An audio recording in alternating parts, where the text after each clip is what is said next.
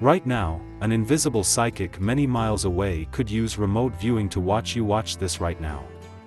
If they're lucky, the mind reader could determine what color your shirt is or some other detail around you. But is that really possible?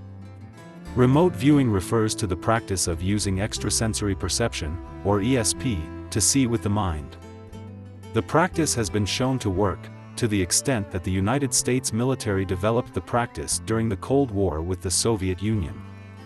For decades, Congress has approved funding to continue remote viewing programs. Would the US government fund ongoing ESP research for decades for no reason? As wasteful as government spending may be, it seems unlikely. Of course, the concepts of remote viewing and similar astral projection are ancient. People have believed in such abilities for thousands of years. However, they believed that such abilities were not limited to talented psychics, but to everyone in the world. Even inanimate objects carried some form of consciousness that people could sense. Here are a few other examples. Native Americans of the Pacific Northwest, for example, believed that their prophets could travel to and from the spirit world, while the YY indigenous people of the Amazon jungle claim soul flights that take shamans to distant celestial bodies. According to Japanese legend, holding a very strong grudge against a person can lead to brief bouts of astral projection. These evil ghosts are called Akiri, and they are distinctly different from the spirits of the truly dead, who are called Shirai, wrote researcher Becky Ferreira for Vice. Remarkably, in many ancient cultures, humans are not separate from one another, but connected to other life forms. As real as the physical world, spiritual connection connects everything. Indeed, even trees can talk to one another. Or a person can travel in their mind to talk to a whale. For example, research has confirmed that trees do communicate with other species. By understanding how trees interact with one another, we can learn to harvest tree fruits sustainably. However, by rejecting indigenous beliefs, we have delayed our deeper understanding of incredible phenomena. Today, at the Smithsonian, scientists tell the story of Harry Bowser, Sr., a whaling captain in Anchorage, Alaska. Bowser, who lay in a hospital bed, saw the world through the mind of a bowhead whale calf. As Bowser lay dying in the hospital, he communicated remotely with a whale calf whose mother had been harpooned by bowhead whale hunters. Brower felt the quivering harpoon enter the whale's body. He looked at the faces of the men on the whaling ship, including his own sons. When he awoke in his hospital bed, as if waking from a trance, he knew exactly which man had committed the murder, how the whale had died, and in whose ice cellar the meat had been stored. He was right on all three counts. How did Bowser know these details?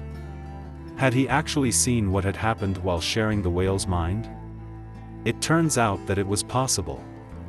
As the Hakai article put it, Arctic humans have been communicating with cetaceans through their minds for centuries, and scientists are finally paying attention. While scientists typically dismiss such stories as anthropomorphism, these beliefs are now gaining wider acceptance. Not long ago, non-indigenous scientists might have dismissed Brower's experience as a dream or the incipient delirium of a sick man. But he and other whalers are part of a deep history of Arctic and subarctic peoples who believe that humans and whales can talk and share mutual relationships that go far beyond predator and prey. Now, Western science is beginning to revisit these stories with fresh eyes and a less limited perspective.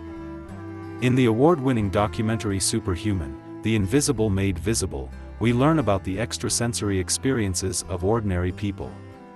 Children, for example, can read a book word for word while blindfolded, seemingly defying the laws of biology and physics.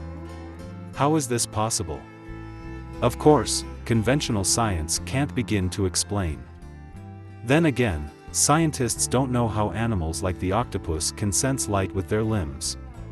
Much of the physical world remains a complete mystery. Can we change our bodies? Can we change the world around us on a larger scale? Remote viewing experiments have shown that even ordinary people can see things at a distance. If people can see another place across the world, is instantaneous travel happening? Or are we able to use something like the third eye, as the Egyptians believed, to tap into some kind of consciousness? In scientific terms, the concept of entanglement comes into play.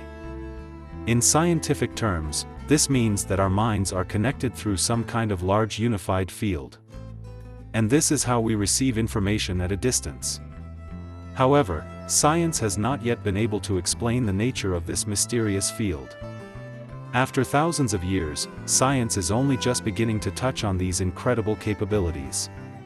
One day, we may learn, or remember, how people can leave their bodies and see without using their eyes. It is very possible that each person has a mysterious interdimensional portal in their head. Once we learn to see the world with more than just our eyes, will we become superhuman?